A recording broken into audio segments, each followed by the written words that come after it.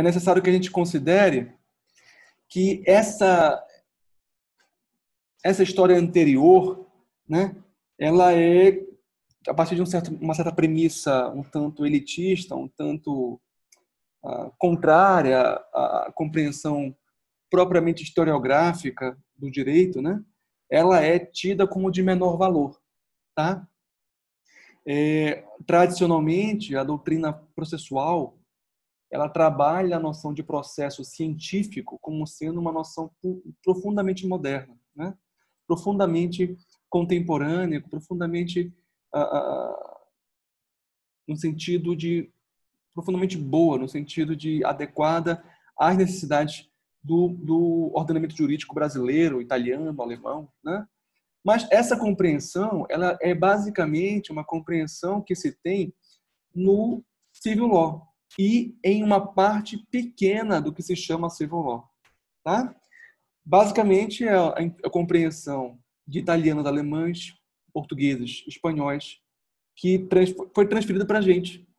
Se nós formos para o common law, a disciplina processual ela é entendida como sendo uma disciplina de menor importância, uma disciplina instrumental, né? O que realmente lá faz cadeira e faz os nomes, né? Não é o processo em si, mas o direito material, o direito civil, o direito constitucional, né? O direito empresarial, as questões envolvendo indenizações que são milionárias, né? O processo em si, no direito americano, ele é tido como uma disciplina de menor importância. Essa não é a nossa tradição, essa não é a nossa compreensão do tema, né? E isso tem toda uma razão de ser. É basicamente sobre isso que vai ser essa primeira parte de compreensão historiográfica da disciplina processual, tá? E aqui vamos ponto por ponto, porque o nosso tempo é curto, como eu falei, e a matéria é bem longa, tá? Primeiramente, para a compreensão historiográfica do direito processual, o que normalmente se fala, na verdade, não é de todo o arcabouço dos principais conceitos do processo, tá? A grande concepção trabalhada nessa história é a noção da ação. A disciplina processual, a história do direito processual enquanto ciência, ela se confunde com a história do processo... Professor? Diga. Tem algumas pessoas querendo entrar, não sei se eu consegue não está aparecendo para mim aqui. Então... Não está aparecendo para mim aqui, ninguém querendo entrar. Vou pedir para eles tentarem de novo. Tá. E quando aparece aqui, vem um popzinho. A aula está sendo gravada, tá? O Rafael perguntou. A aula está sendo gravada e ela vai ser enviada para o YouTube, tá bom? Então,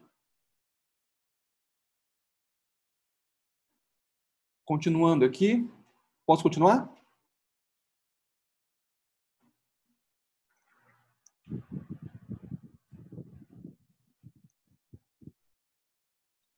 Continuando então aqui, pessoal. A história do direito processual ela se confunde com a história da autonomia da ação, tá? Basicamente, o que é compreender a autonomia da ação? Antigamente, isso antes da Revolução Francesa, antes da compreensão de que o processo é um instituto autônomo, tradicionalmente, na história da humanidade, né, a gente pode dizer assim, nós temos o que se chama de compreensão sincrética do processo. O que é a compreensão sincrética do processo? É a não divisão, a não cisão entre o que é o direito processual e o que é o direito material. Tá? Se compreende basicamente que todo e qualquer direito só é o direito na medida em que ele pode ser judicialmente ou judicialmente tutelado ou tutelado mediante uma autoridade estatal, mediante a afirmação pela autoridade estatal. Tá? A fase sincrética, então, ela não faz distinção entre o que é o processo e o direito material. Tá? Essa fase, ela compreende basicamente toda a história da humanidade, até chegarmos ao século XIX, para vocês entenderem que é uma questão realmente curiosa, que todo esse período da história seja achatado naquilo que a doutrina entende como o sincretismo processual. Mas é o que é, tá? Para o sincretismo, então não há distinção entre processo e direito material. E existem pelo menos umas 4 fases desse sincretismo, de acordo com a doutrina. Tem doutrinadores que vão falar de 3 fases, doutrinadores que vão falar de 2 fases. Eu estou aqui só citando as 4 fases, não vou entrar realmente em detalhes, mas pode-se dizer uma fase primitiva, uma fase judicialista, uma fase praxeológica e uma fase procedimentalista. Tá? Essas 4 fases, vocês podem ler um pouquinho melhor sobre elas no Eduardo Lamy, que eu coloquei na referência de vocês da bibliografia. Tá? Basicamente, a noção de judicialismo ela decorre da compreensão da importância que uma figura chamada iudex tem na afirmação da vontade da autoridade estatal na solução de conflitos interpessoais. Tá? Então, o iudex, o juiz de um caso concreto, ele é aquele que vai resolver a querela, por vezes, meramente mediante uma declaração do direito, por vezes, inclusive,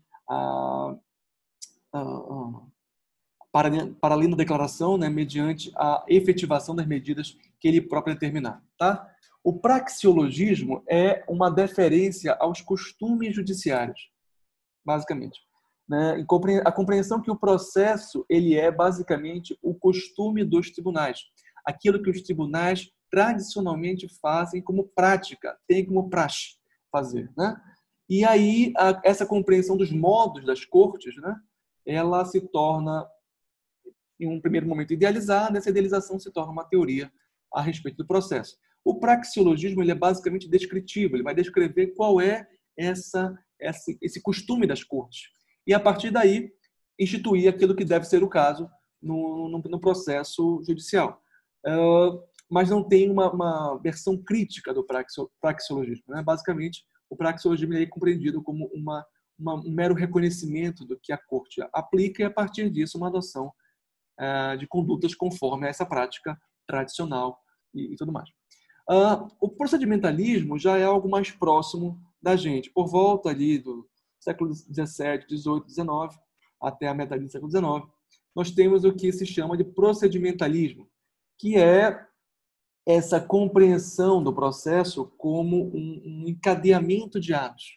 O encadeamento sucessivo de atos em destino a uma decisão, a uma consequência jurídica, basicamente. Tá? O que ocorre?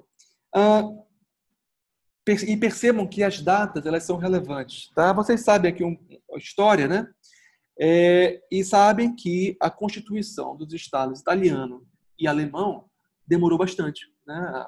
A unificação alemã, a unificação italiana só se deu na segunda metade do século XIX. Curiosamente, na segunda metade do século XIX é que se afirma essa teoria do processo como uma instituição autônoma em comparação, em relação ao direito material. Tá? Essa teoria, essa compreensão, ela é datada. Ela tem uma data muito específica, que é essa polêmica entre Windscheid e Mutter.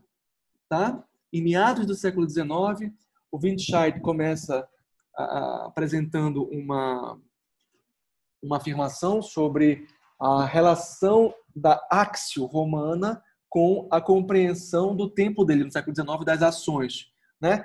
E aí fazendo a distinção entre o que é o direito material e o direito processual. Ele faz uma distinção fazendo essa comparação histórica, né, entre a axio romana e a ação alemã, né, no caso a Anspruch, que é a pretensão, né, para o direito alemão. E Mutter vem fazer um contraponto, dizendo que, enquanto Windscheid dizia que o direito romano falava A e nós fazemos B, o Mutter vem dizer, na verdade, que existe uma aproximação muito maior entre o direito romano e a atualidade que aquela que o Windscheid conseguiu perceber. No final das contas, da querela, são 3 ou 4 escritos a respeito, 2 de cada um, no caso, né? Os dois entram em acordo, né? Basicamente na afirmação de que existe um direito que é exercido em face do Estado e esse direito exercido em face do Estado não se confunde com o direito que eventualmente se tem em face de um outro cidadão. Tá? Se, por exemplo, eu tenho um contrato e aí eu devo para a Carla, por exemplo, R$ 100. Tá? Minha relação com a Carla é crédito-débito. Se eu não pago os meus R$ 100, a Carla tem a possibilidade de fazer a sua pretensão, a sua ação ser exercida em face do Estado, pedindo ao Estado que o Estado aplique o direito e faça cumprir o contrato. Basicamente isso, tá? Então, a compreensão da autonomia, ela é uma compreensão que vem afirmar a instituição estatal, a existência do Estado. Vem afirmar a autoridade estatal. Na medida em que se diz que o processo é autônomo, porque há uma pretensão que se faz em face do Estado, se reconhece essa instituição, essa pessoa, Estado, como alguém digno de direito, como alguém, como uma presença que tem que ser levada em consideração. Tá? Como eu falei para vocês, não é à toa que a teoria da autonomia ela surge na segunda metade do século XIX. Tá? Junto com essa teoria, está em discussão todo o problema da constituição do Estado moderno. Tá? Para vocês terem uma ideia, a obra que segue, né, essa polêmica em 11 anos, mais ou menos, né, essa do Oscar von Bülow, que é falando das exceções processuais, eu vou já explicar o que é isso, é de 1868. O Estado alemão só vai ser constituído em 71, tá? Em 1871. Então, havia uma necessidade naquele momento de se constituir uma pretensão que era exercida em face do Estado, para que se reconheça a necessidade e a urgência que havia na unificação do Estado. Não sei se vocês sabem um pouco de história alemã, mas com o fim do Império, do Sacro Império Romano Germânico, né, em 1806, houve um esfacelamento da autoridade em diversas regiões da Alemanha, né, tendo a Prússia como a grande referência, mas houve um esfacelamento em todo o restante. Só vai haver a consolidação disso no que se compreende como Alemanha hoje, como nação alemã, né? Em 71.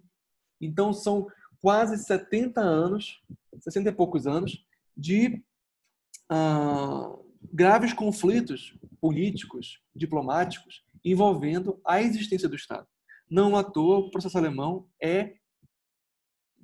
capitaneia, basicamente, a discussão em torno da autonomia do processo, que é uma afirmação da instituição estatal. Tudo bem?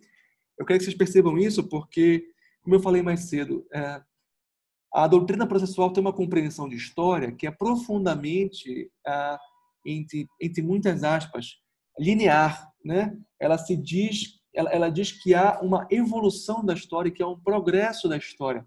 Quem se mantém na fase sincrética é anacrônico, é conservador, é isso, aquilo, outro. Quem afirma a autonomia é moderno, é cientificamente consequente, tudo mais. Tudo bem? Essa é uma compreensão tradicional. Mas essa compreensão essa linearidade do progresso e da evolução da disciplina processual, ela é uma compreensão que só tem respeito, só faz questão de compreender a evolução histórica e o desenvolvimento histórico em alguns países muito específicos. No caso, como eu falei, Itália, Alemanha, Portugal, Espanha, Brasil. Tá? Se você for para os Estados Unidos, se você for para a Inglaterra, por exemplo, eles nunca saíram do secretismo. Tudo bem? Ainda hoje, eles afirmam uma preponderância e uma existência de diversas ações específicas para cada direito. Né? O writ of mandamus, o writ of certiorari, que eles têm vários nomes de writs, no caso, né? No caso, nós temos aqui o writ of mandamus, que é o mandado de segurança, né? Eles têm o habeas corpus, eles têm Mas isso é para vários e vários direitos. Eles têm uma ação específica, um formulário específico que você precisa preencher. Tudo bem? Aqui não, aqui já é um pouquinho diferente, tá? Mas eu só quero destacar isso. A evolução que se coloca tradicionalmente nos livros de processo é uma evolução que diz respeito ao Brasil e a alguns países do direito continental. O modelo francês é completamente diferente do modelo italiano. O modelo francês é completamente diferente do alemão. Eles têm uma noção diferente de sincretismo, de autonomia. Por quê? Porque a França, na metade do século XIX, não precisava mais afirmar a existência do Estado. A França não precisava disso. Quem precisava era Itália e Alemanha. E como é que se conseguiu isso? Um dos mecanismos, não precisava ser esse, mas um dos mecanismos que se teve foi a afirmação do processo como uma instituição autônoma em face do direito material. Como instituição autônoma, o processo compreende uma pretensão que é exercida em face do Estado, em face do juiz, em face do julgador.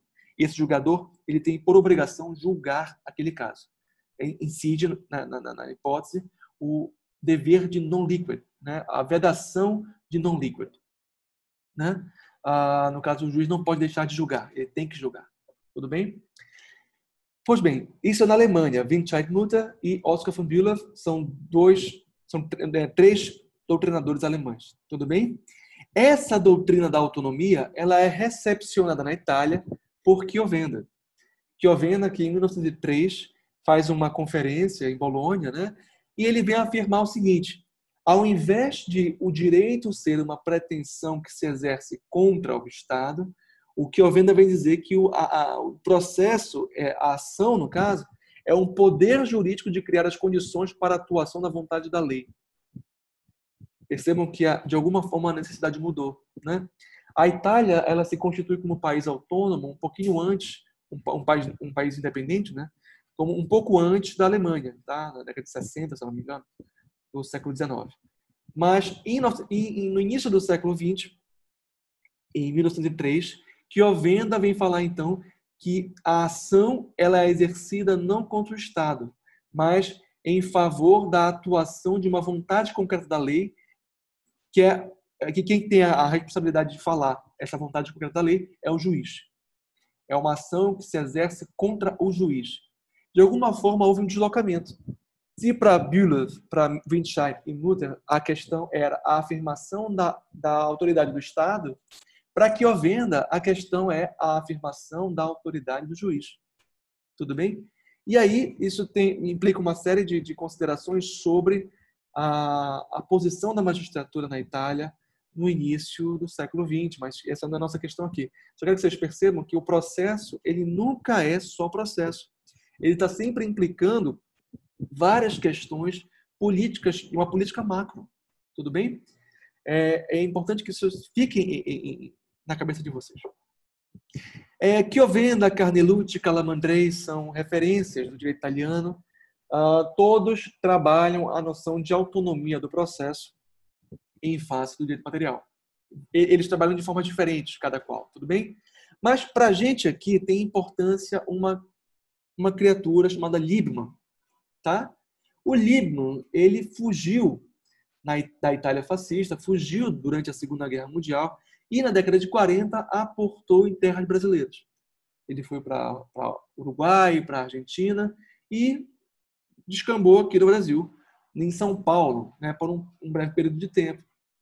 Esse período de tempo que ele passou em São Paulo foi muito profícuo. Ele deu aula na USP e formou aquilo que hoje nós falamos que é a Escola de Processo Paulista. A Escola de Processo de São Paulo. Tá? Essa escola tem nomes como Dinamarco, como Ada Pellegrini Grenover, tem nomes como, e a gente pode citar o Rogério Crucitucci, tem vários nomes que podem ser citados aqui como referências da escola paulista de processo. Essa escola até hoje ela continua tendo assento no Largo de São Francisco, na USP, né? E ela ainda hoje é muito influente.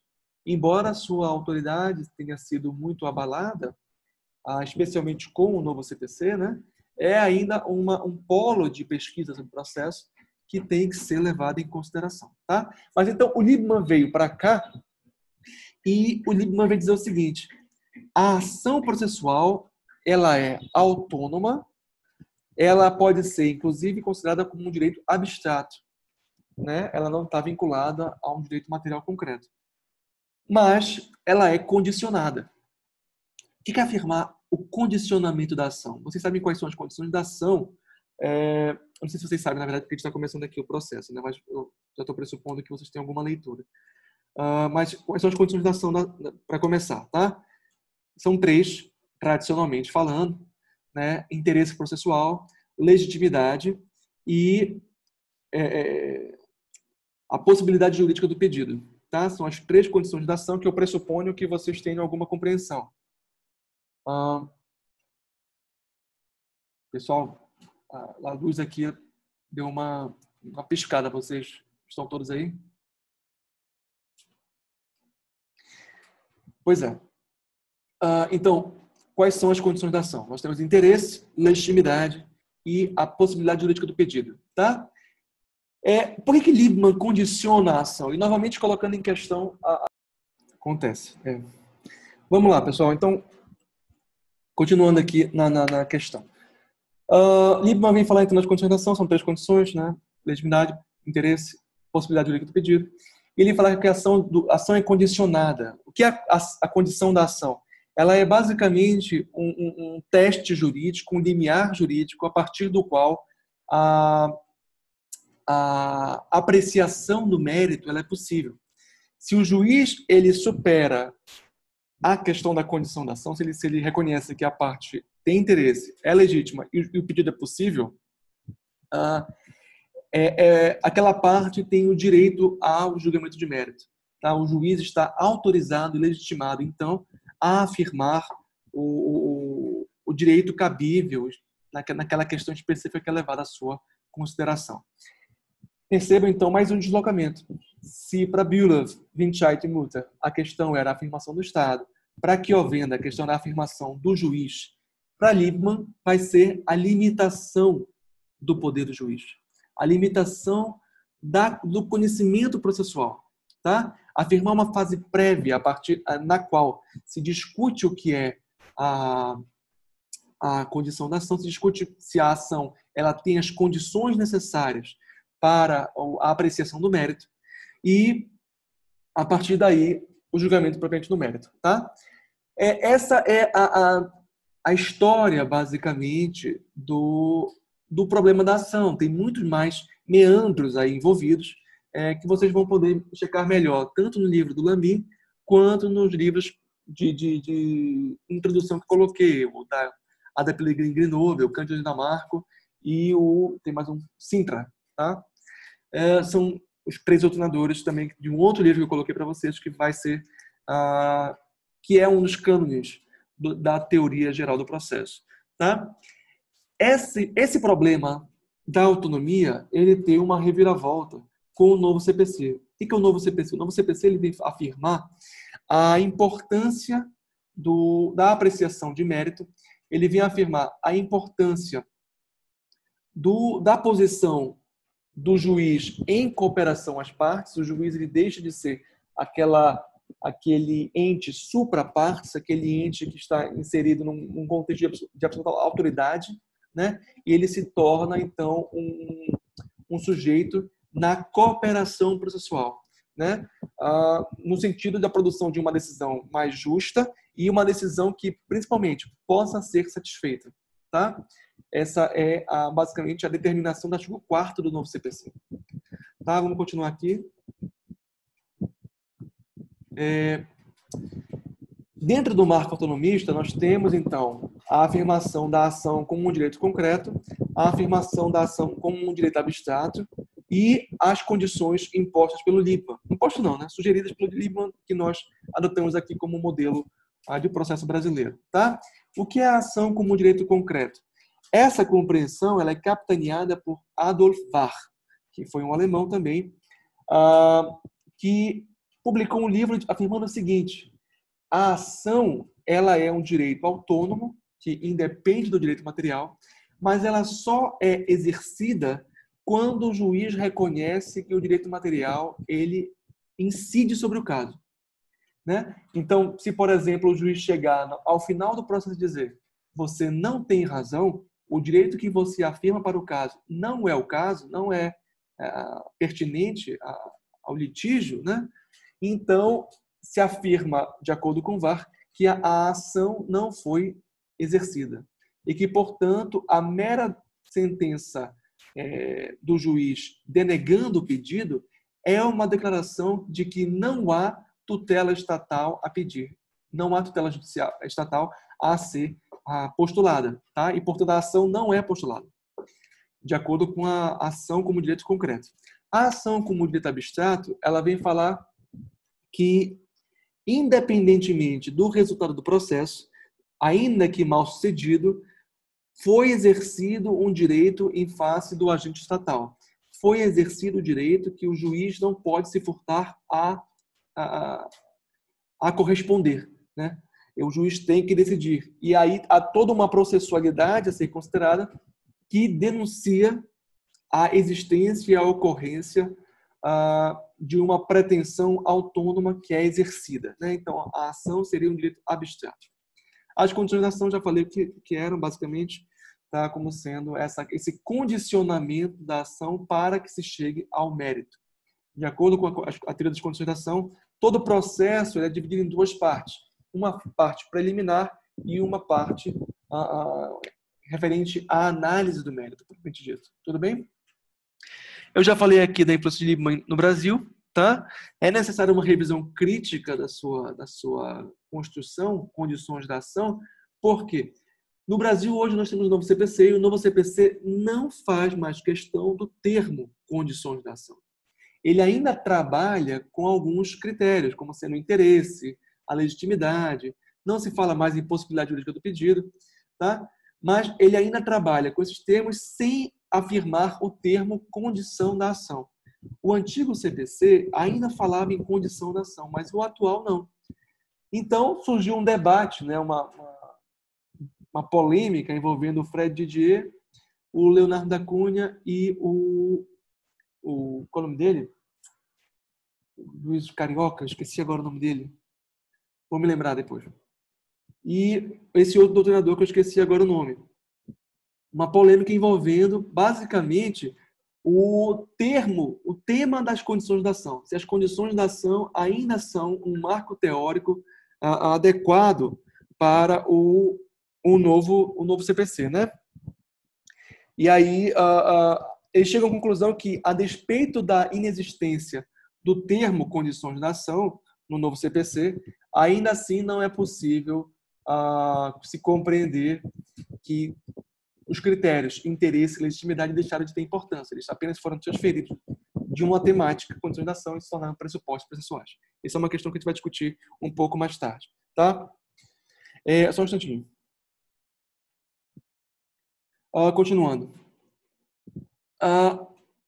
Breves considerações sobre a evolução histórica do tema no Brasil. Tá? Nós fizemos uma evolução no mundo e agora no Brasil. Tá? Especificamente, vamos tratar aqui dessas duas.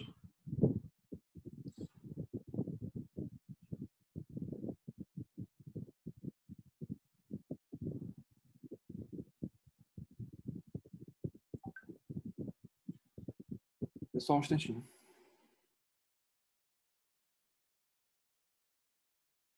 Tá, vamos. Então, peço desculpa de novo. Vamos fazer essa distinção aqui no Brasil, né? Nós temos duas fases, basicamente, no direito processual brasileiro, né? Uma fase que pode ser tida do Império e a outra a República, tá? Nós temos vivemos uma República desde 89. Nós já estamos na nossa... Nós temos a República Velha, nós temos a Segunda República, a ditadura militar, nós estamos na nossa Quarta República, basicamente, né? Então, o que eu quero falar para vocês? Vamos aqui. O Império, né, a independência brasileira se dá em 22. Essa independência brasileira, ela foi, na verdade, uma afirmação de uma soberania muito simplória do nosso país, né? Nós temos, a crítica não é propriamente moral, na verdade, ela é política, tudo bem? Por quê? Dom Pedro I, ele ainda manteve muitos laços com Portugal, voltou para Portugal, se tornou príncipe em Portugal e rei em Portugal. Tá? Então, ainda havia laços muito fortes da nossa monarquia com Portugal. A nossa independência, ela lidou ainda, durante todo o período do Império, com a influência portuguesa sobre o nosso direito. Tudo bem? Em 32, nós temos a criação do CPP brasileiro imperial, né? Justamente no período da regência, né? A transição do poder entre Dom Pedro I e Dom Pedro II. Né? Nós tivemos o período da regência. Esse período da regência, ele é caracterizado basicamente por esse fato, pela instituição do CPP. O CPP, ele era um mecanismo de governo do governo imperial, tá? do Império no país inteiro. Né? É curioso ler os doutrinadores atuais afirmarem que o CPP foi um ganho de modernidade, que foi uma legislação ultramoderna. Na verdade, o CPP foi uma legislação muito autoritária, muito absolutista, para você falar a verdade. Tudo bem? Se vocês puderem ter curiosidade e avaliar pela leitura o primeiro CPP brasileiro, né? Havia uma figura que, por exemplo, é o inspetor de quarteirão.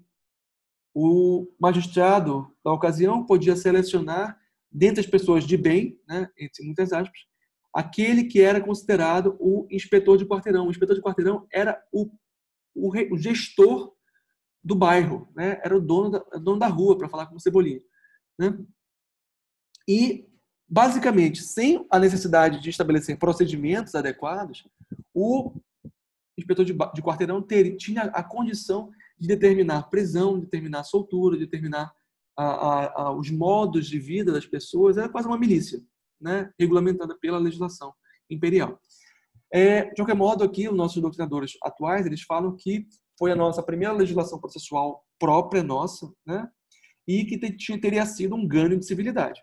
Tá? Isso é altamente contestado. Depois disso veio o Código Comercial. O Código Comercial já traz algumas compreensões sobre o direito processual, mas ainda de forma muito incipiente.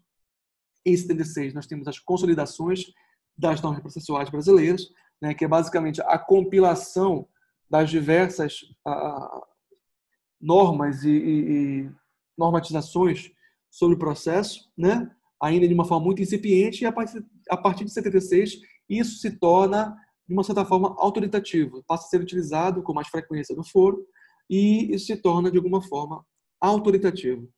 Tá? Em 89, vinha a República. Né? Nós tivemos o Império, durou a nossa Constituição de maior duração, a nossa Constituição mais longeva, foi a Constituição do Império, tá? De 24. É a Constituição mais longeva que nós temos, né, no Brasil.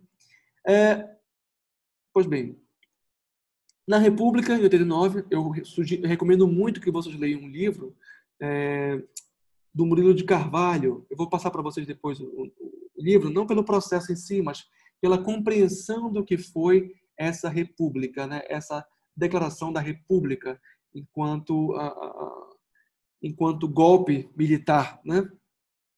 Foi um golpe militar. Nós temos a Velha República, que é constituída de 89, e ela dura até 30, né? A famosa política do café com leite, que ela é superada quando os paulistas desistem de fazer a política do café com leite, a transferir o governo para Minas, né? Em 30. Nós temos um momento no país de grande evolução civilizatória, em 32, por exemplo, com a nossa Constituição de Vargas, a primeira Constituição de Vargas, né, que é realmente um marco no direito brasileiro, com a criação do mandado de segurança, por exemplo. Né?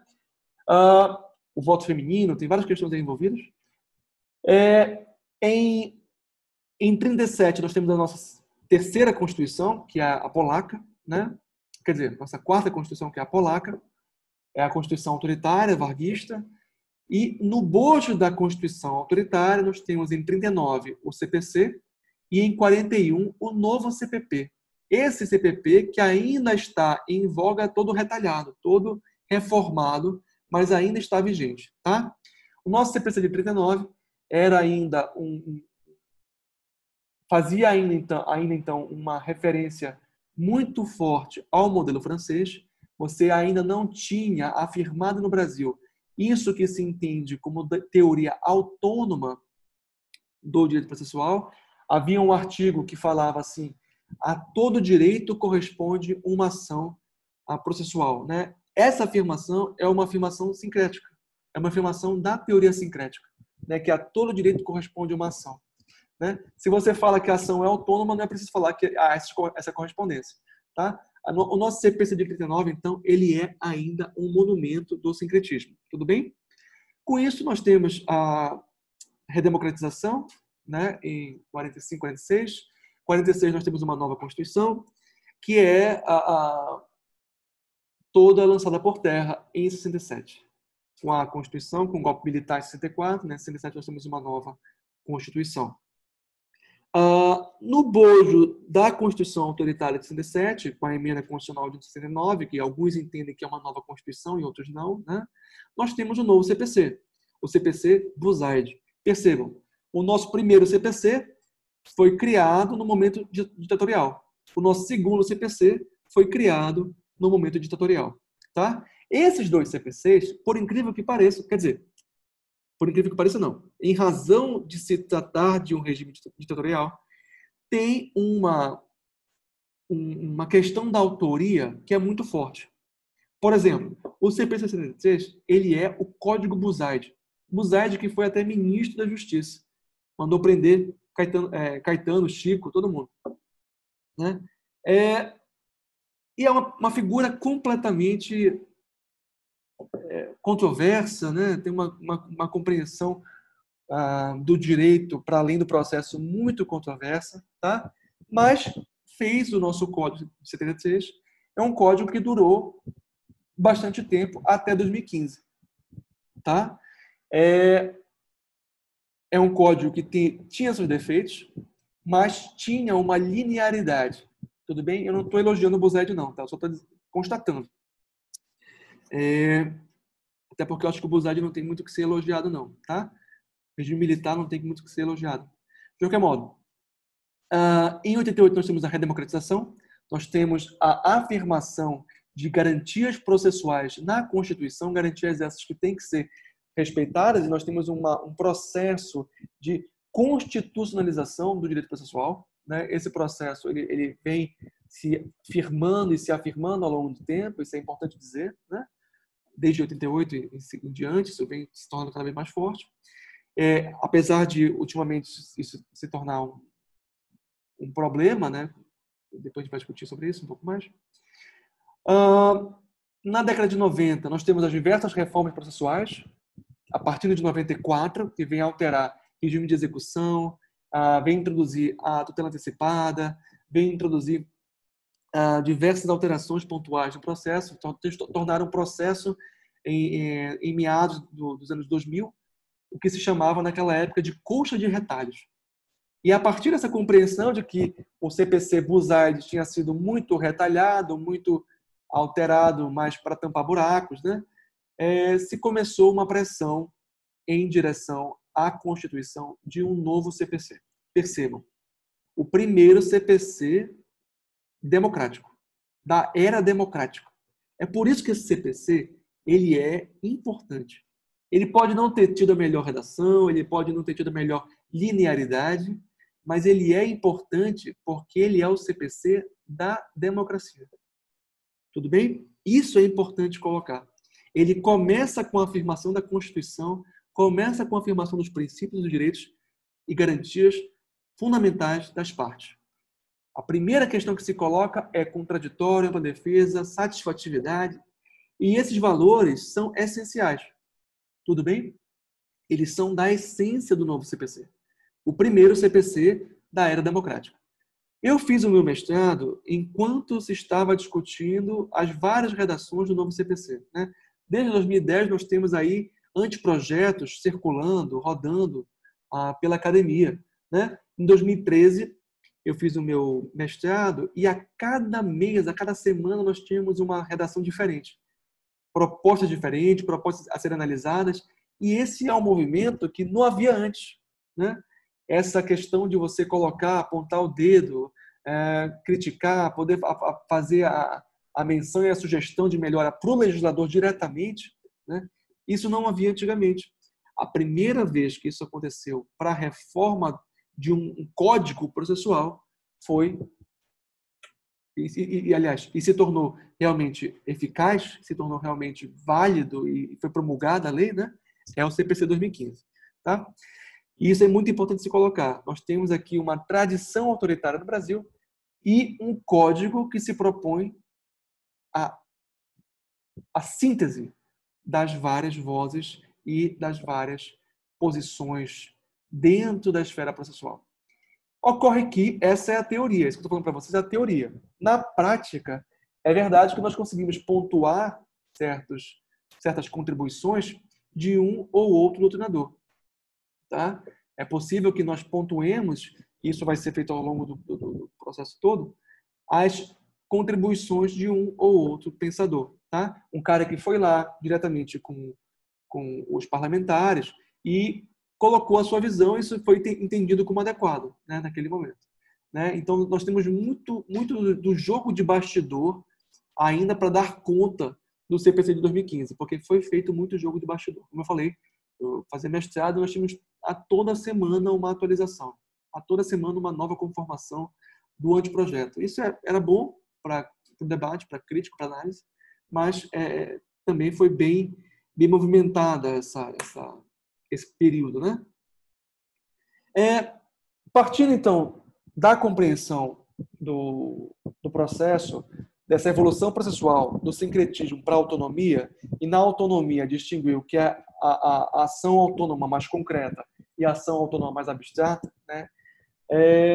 É preciso que se coloque, então, em discussão o que é a cientificidade do direito processual, né?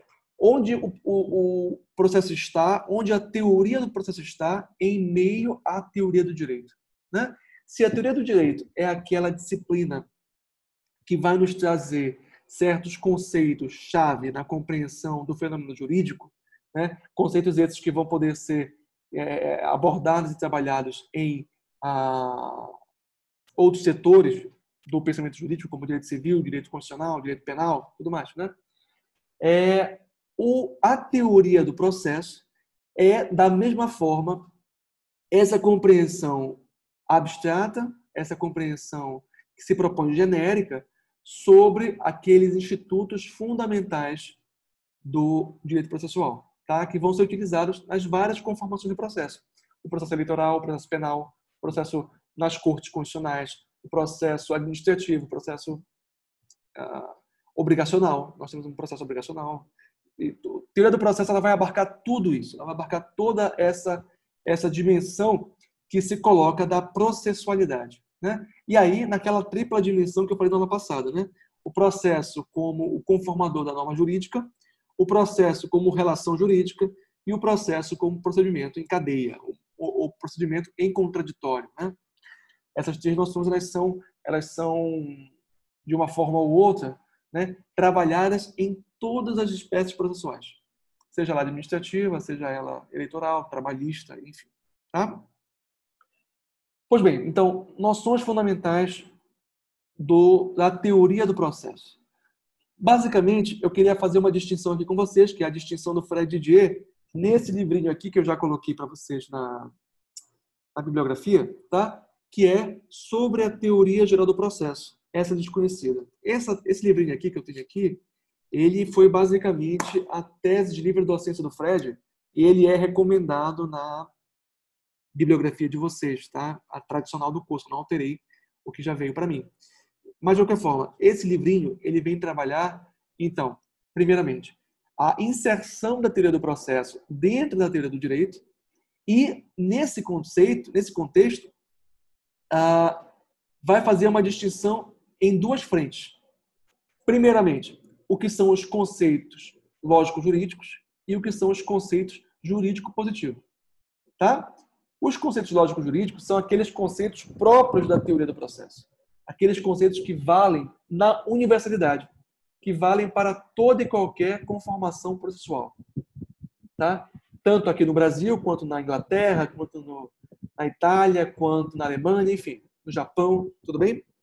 Os conceitos jurídicos positivos, eles são, ao contrário, aquela conceituação que vale num espaço e num tempo específico. Eles são mais concretos, eles são mais datados, eles são mais localizáveis, digamos assim. Tá? Aqui eu trouxe uma definição que é a do Fred. Tá? O conceito jurídico positivo é construído a partir da observação de uma determinada realidade normativa e, por isso mesmo, apenas a ela é aplicável. São conceitos de contingentes históricos, descrevem realidades criadas pelo homem em certo lugar, em certo momento. O conceito lógico-jurídico, por outro lado, é o conceito jurídico fundamental, lógico-jurídico, jurídico próprio ou categorial.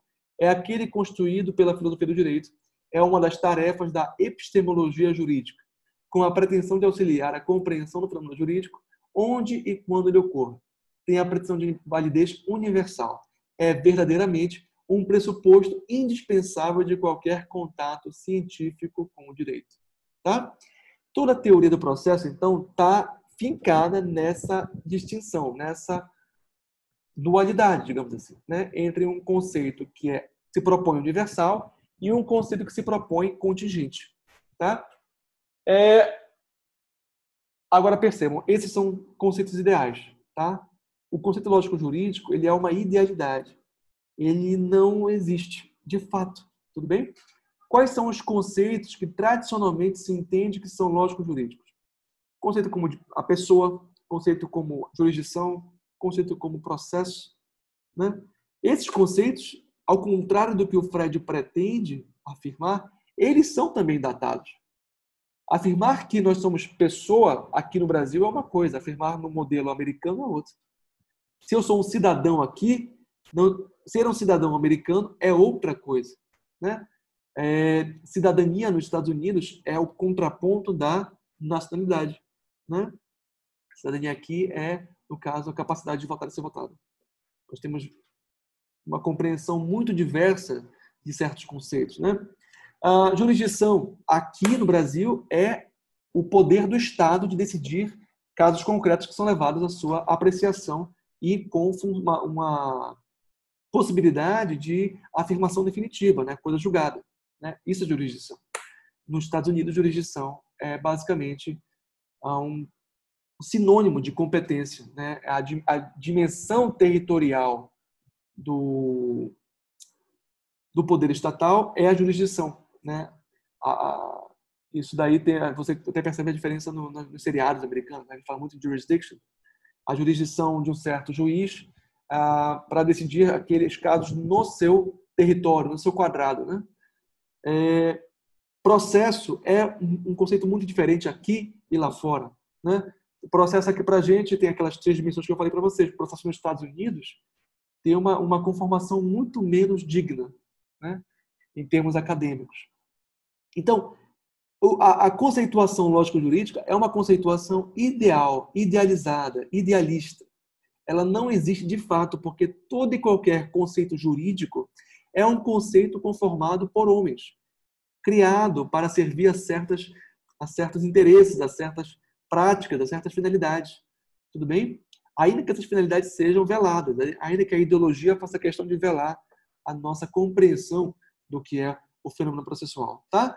Mas, de qualquer modo, partindo desse problema, existe essa cisão entre o lógico-jurídico e o jurídico-positivo para os fins de uma teoria do processo. Mas saibam que o conceito lógico-jurídico ele é uma idealidade.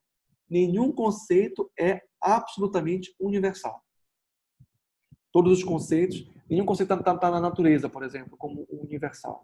Né? Todos os conceitos são criação humana e servem para a resolução de problemas humanos, ainda que não se saiba quais são. De qualquer modo, então, o processo é uma categoria da teoria do direito. Tá? A teoria geral do processo, teoria geral do direito processual ou teoria do direito processual é uma disciplina jurídica dedicada à elaboração, à organização e a articulação dos conceitos jurídicos fundamentais, lógicos jurídicos processuais. Tá? São conceitos lógicos jurídicos processuais todos aqueles indispensáveis à compreensão jurídica do fenômeno processual, onde quer que ele ocorra. Essa é a compreensão dos conceitos lógicos jurídicos. Tá? Onde quer que ocorra, quando quer que ocorra. Se eu for estudar, por exemplo, a Roma Antiga, eu vou trabalhar com os conceitos lógicos jurídicos também, para compreender o processo na Roma Antiga. Né? Processo de jurisdição, o que é um absurdo, né? Vamos ser sinceros. Porque para se afirmar jurisdição é necessário que haja Estado, e Estado nacional, um Estado que possa se afirmar territorialmente. Na Roma Antiga não havia essa noção de Estado-nação. Estado-nação é uma construção moderna. Né? A noção de processo é uma noção moderna, no sentido que nós trabalhamos aqui enquanto um direito autônomo, né? Dotado de autonomia em face do direito material. Tá? Existe uma série de diferenças e de distinções a colocar. Mas o Freire ele afirma que os conceitos lógicos jurídicos eles são universais, eles valem em qualquer tempo, em qualquer espaço. Eles são genéricos nesse sentido. Tá? Aqui eu quero trabalhar com vocês 4 conceitos que são tidos como lógicos jurídicos do processo brasileiro. Depois eu coloquei aqui em negrito, brasileiro. Tá? Como eu falei, não é possível deixar de regionalizar, ainda que a região seja bastante ampla, né? Os conceitos jurídicos. Não dá para deixar de contextualizar. Essa universalidade que se prega, ela não existe como e sequer desejável. Tá? Então, nós temos 4 conceitos. Jurisdição, ação, defesa e processo. Quem for ler o Dinamarco, por exemplo, vai ver que a grande questão que se coloca entre esses conceitos é a afirmação da preponderância da jurisdição sobre os demais conceitos. O poder do Estado na afirmação daquilo que é o direito e da conformação tanto do direito de ação, como da defesa, como do processo, da forma processual. O juiz tem disponibilidade sobre a forma processual para atender aos fins do Estado. Tá? O juiz é o porta-voz estatal. Essa é a afirmação do Dinamarco. Essa compreensão do Dinamarco, como eu coloquei na aula passada, ela é bem contestada hoje em dia. Né? Se afirma com a Constituição, com a afirmação de uma nova lógica de processualidade, né? A compreensão e exaltação da forma jurídica, como Carlos Alberto Alvaro de Oliveira, por exemplo, vem trazer, né?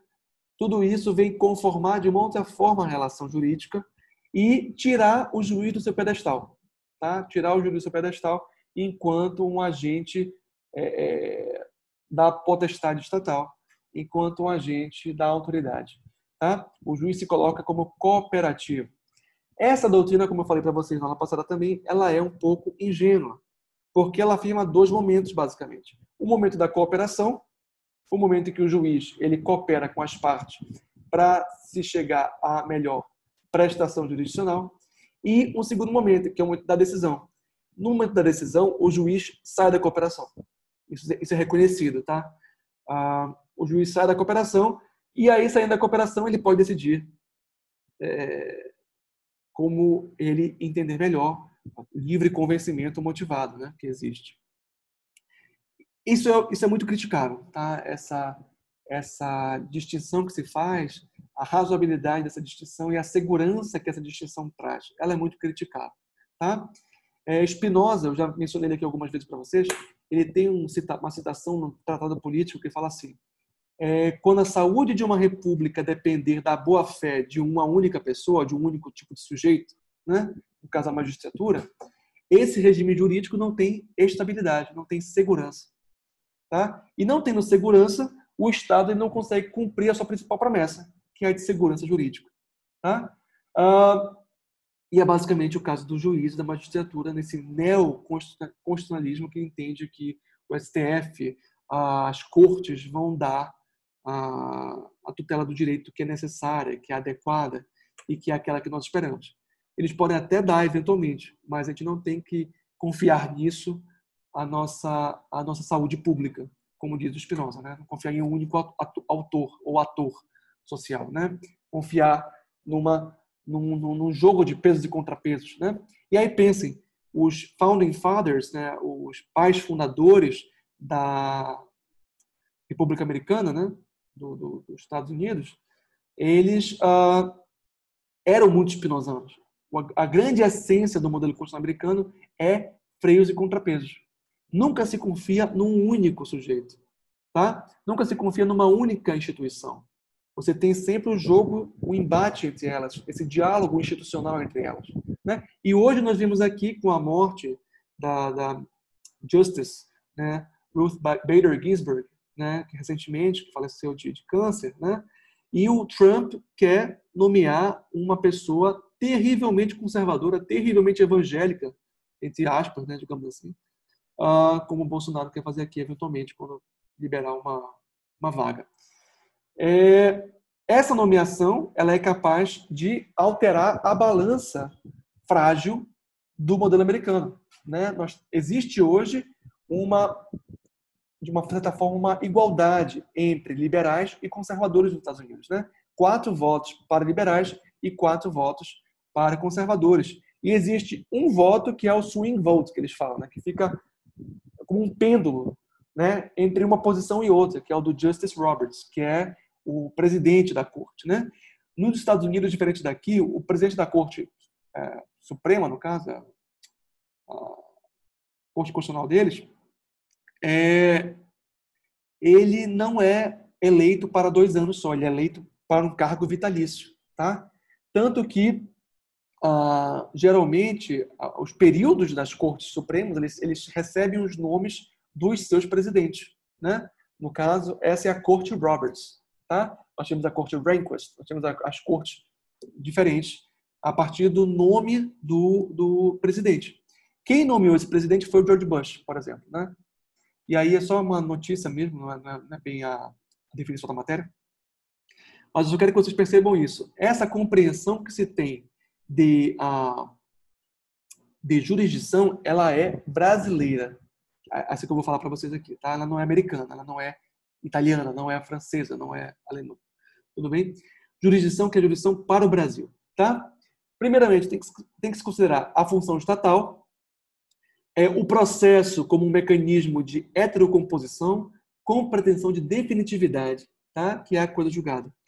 A jurisdição ela é inescapável.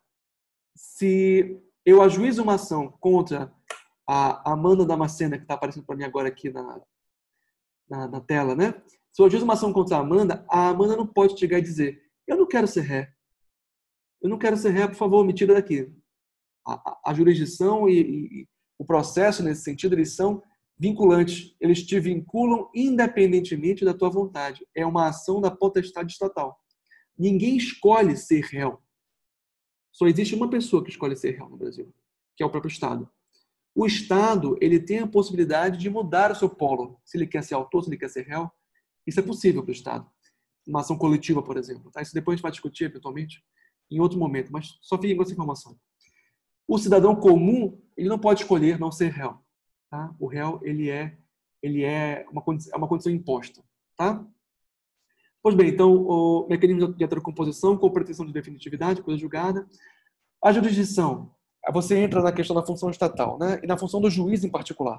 Tá? O juiz, ele é aquela pessoa que declara o direito ou que cria o direito, no caso concreto. Tá? Essa é uma querela que ela tem história muito antiga, né?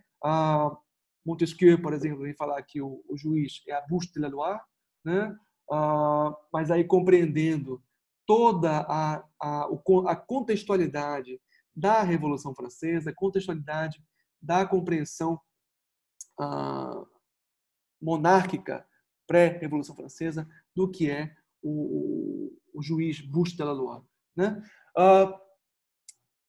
Havia a necessidade de conformação do poder do magistrado, de limitação do poder do magistrado. E aí se afirma que ele é um boca da lei. Tudo bem? Numa afirmação depreciativa da sua função. Não é que você está fazendo uma afirmação ontológica. É muito mais uma afirmação política, né? O juiz tem que ser conformado, tem que ser controlado a ponto de ele não poder dizer nada diferente daquilo que a lei diz, né? Ele não pode criar, ele não pode ser um agente criador, ele não pode ser um agente de veto, um veto player, como se diz na ciência política, né? Ele não pode ser um agente capaz de veto daquelas pretensões do governo, por exemplo, né? Isso para o modelo de Montesquieu, né? Isso vai sendo conformado diferentemente ao longo do tempo, tá? O juiz vem cada vez mais ganhando uma certa preponderância, uma certa valorização, digamos assim, tanto que, como eu falei para vocês, Chiovenda, no início do século XX, vem afirmar que o direito de ação é um direito que se exerce em face do juiz, no sentido da afirmação da função judicial. O juiz deixa, aos poucos, de ser essa bouche de la loi para se tornar um conformador ativo da vida social, da vida política de uma nação. E isso para o bem e para o mal, né? Nós temos no Brasil, a Conta de 88, um hiperativismo judicial, né? Que isso é objeto de muito estudo e não é o mal em si, né? Nada na política é mal em si, né? Nem bom em si também. Mas no Brasil nós temos a conformação do judiciário com um veto player, como uma instância, né, absolutamente preponderante, absolutamente relevante. E aí nós temos o problema de criação de Moros, de Witzels, de Bretas, né? Pensem no nome que vocês quiserem, mas estou usando esses três aí. Vocês podem considerar de outra forma, né? Eu não estou discutindo isso.